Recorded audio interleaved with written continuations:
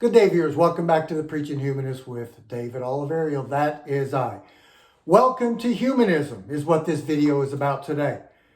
If you're new to non-belief, if you're on the fence, if you're teetering between belief in a God or non-belief, if you're trying to balance on the fence, welcome to Humanism.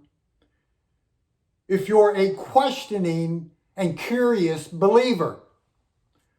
And last but not least, welcome to Humanism if you're a seasoned, long-time atheist or agnostic and you want to take the next step.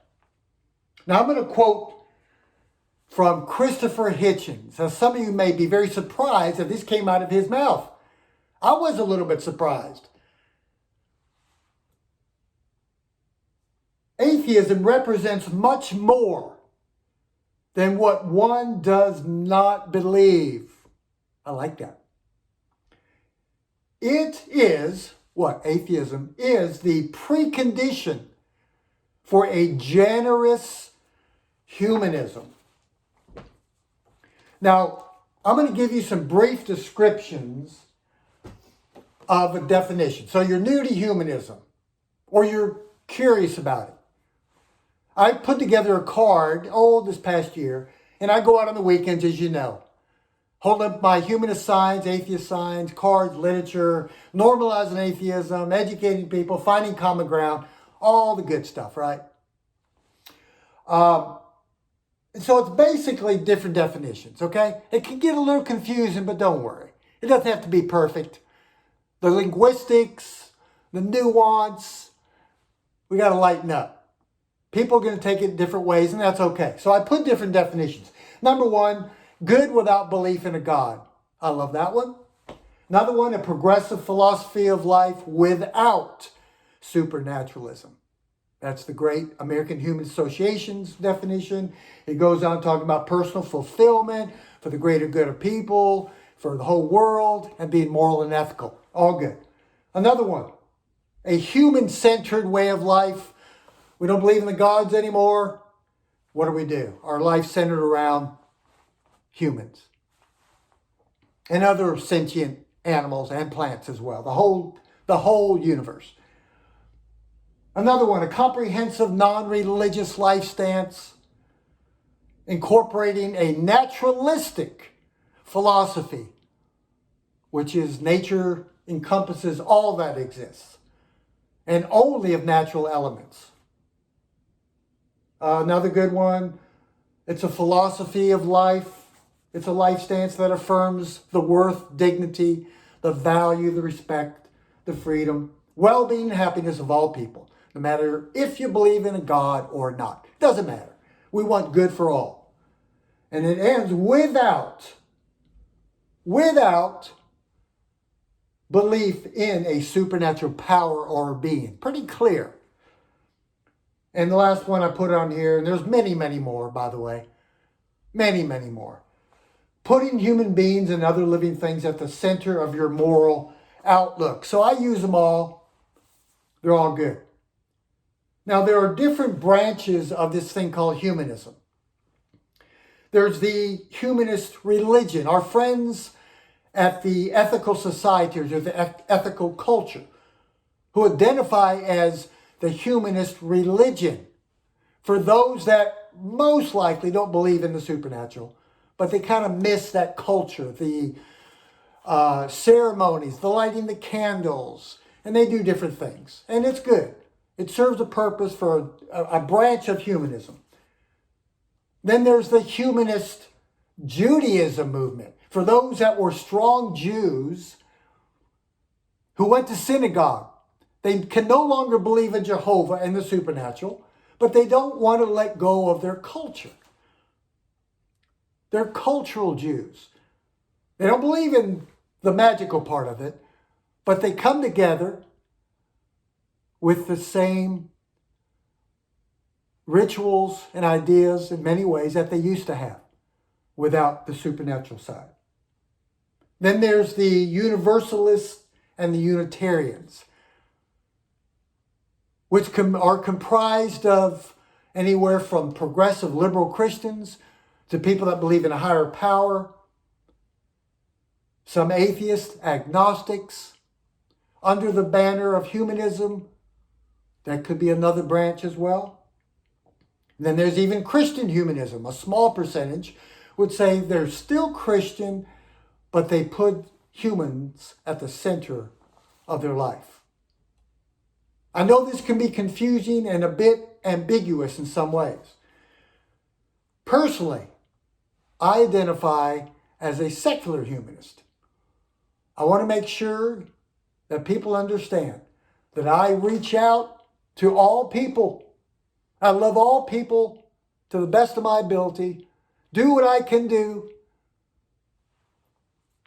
without belief in anything supernatural. So there's that separation. Now, welcome to humanism, and I want you to understand two very important things. It is not dogmatic. There's no dogmatism here. Dogmatic is a belief held without expressing any doubt or questioning or uncertainty. Now, most of us that came out of strong Christianity or any other theistic religion, Judaism, Islam, the Bible clearly says in Hebrews 11, the faith chapter, right? Faith is the certainty of things hoped for, the evidence of things not seen. No question, no doubts. You just trust and you believe without any sight. That's faith. There's none of that in humanism, but rather humanism is free inquiry and rationalism, inspired by compassion and love, informed by science, guided by reason, skepticism, knowledge, testing. And that could be one reason why it's very unappealing to the majority of humanity. Most people want to hold on to something mystical, something supernatural. And even those that leave theistic religions, most of them, at least to my knowledge, do not jump right over the fence into secular humanism, atheism, or agnosticism. They still want to hold on to something magical. It's easy. Faith is much easier. That certainty. You have a book that tells you right and wrong. You just obey. Trust and obey. You remember that song we used to sing in church? Whereas on this side of the fence, on secular humanism side, we have free inquiry. You think for yourself. You choose. You make your own choices. You use reason. You look for the consequences. You look how things worked before. We change. We make mistakes. It's trial and error. We make a mistake here, we come back and improve it. And we grow and continue to change. Humanism is fluid. It continues to change based on new evidence because there's not dogma. There's no 100% certainty. Now, you ain't going to get dogma from a guy like me, even though I sound like an old preacher. What I talk about is free inquiry, open-mindedness, objective thinking, and we continue to remain open. Here's something else humanism is not. Another thing that scares many atheists. It used to scare me. Besides the dogma was authoritarianism. Humanism is not authoritarian by nature, but rather a pluralistic democracy. Now, I hate authoritarianism as much as anybody out there. I hate dogmatism and being dogmatic as much as anybody. My background was very authoritarian. Evangelical Christianity, the male, dominant, alpha male, preacher, father. I had all that. But it doesn't mean we cannot have strong leadership. And I think that's one thing we've missed in the humanist movement, in our groups and communities, is that absence, or at least lack, of charismatic, inspirational leaders that have a passion and a vision, which I discussed a few episodes ago. People are afraid of that in our movement because it resembles the past. Leadership's important. People with vision and passion that give inspirational talks, who have been there and done that on both sides and are charismatic. We lack that. You remove the dogmatism and the authoritarianism from it, and you promote and push for a pluralistic democracy. We're on the right path, and it's a fine line. It's a hard road to walk sometimes, folks, because I attempt, as I say often, to not throw that cute little baby out with the dirty bathwater. So here we are, folks, secular humanism. If you identify as someone who puts humanity above these old outdated books called the Bible and the Quran, and you appreciate reason and science, naturalism, the love for others and humanity,